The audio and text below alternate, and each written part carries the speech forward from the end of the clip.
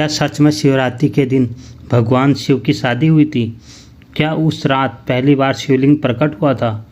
आखिर क्यों पूरी रात लोग जागते हैं? क्या वो सिर्फ शादी की खुशी थी, या उस रात ब्रह्मांड में कुछ ऐसा हुआ था जिससे अंधकार खत्म हुआ और शिव ने दुनिया को बचाया? आज बताऊंगा वो सच जो सिर्फ कहानी नहीं, एक गहरा रहस्य है। और यकीन मानिए, सुनकर आप भी सोच में पड़ जाएंगे, आखिर शिवरात्रि की रात इतनी खास क्यों है। दोस्तों, शिवरात्रि सिर्फ एक त्यौहार नहीं है, यह अंधकार से प्रकाश की यात्रा है। शिवरात्रि यानी महाशिवरात्रि, हिंदू धर्म का वो दिन जब पूरी रात जागकर भगवान शिव की पूजा की जाती है। लेकिन असली सवाल वही है, क्या इस दिन शिवजी की शादी हुई थी या शिवलिंग प्रकट हुआ था? सच जानने के लिए हमें 3 बड़ी समस्याएं या 3 कथाएं समझनी होगी। शिव और पार्वती का विवाह। मान्यता है कि इसी दिन भगवान शिव और माता पार्वती का विवाह हुआ था।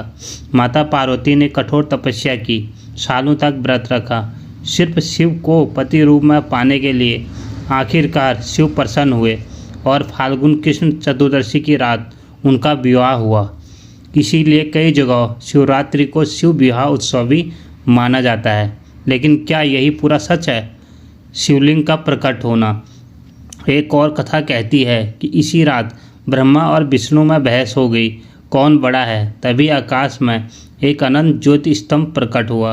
वो था पहला शिवलिंग, न आदि न अंत। भगवान विष्णु नीचे खोजते गए और ब्रह्मा ऊपर, लेकिन किसी को अंत नहीं मिला। तभी उस ज्योति से शिव प्रकट हुए और बताया कि वे ही सृष्टि के मूल हैं। इसलिए शिवरात्रि को लिंगोदय भी कहा जाता है। तीसरा रहस्य, समुद्र मंथन। कुछ ग्रंथों में यह भी माना जाता है कि समुद्र मंथन के समय जो हलाहल विष निकला था, उसे भगवान शिव ने अपने कंठ में धारण किया। इससे उनका कंठ नीला हो गया और वे कहलाए नीलकंठ। कहा जाता है कि वह रात भी शिवरात्रि की ही थी जब शिव ने संसार को विनाश से बचाया। तो असली मतलब क्या है? तीनों कथाएं अलग हैं, लेकिन संदेश एक है।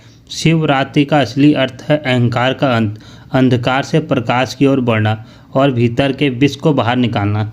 इसलिए इस रात लोग जागते हैं, क्योंकि यह जागरण सिर्फ आंखों का नहीं, चेतना का है। उपवास इसलिए रखा जाता है ताकि मन शांत हो और ध्यान शिव में लगे। कभी सोचा है, शिव ने विष अपने गले में रखा दुनिया को बचाने के लिए, और आज हम दूसरों की छोटी बात भी दिल में रख लेते हैं। शायद शिवरात्रि हमें यही सिखाती है, सहनशीलता, त्याग और संतुलन।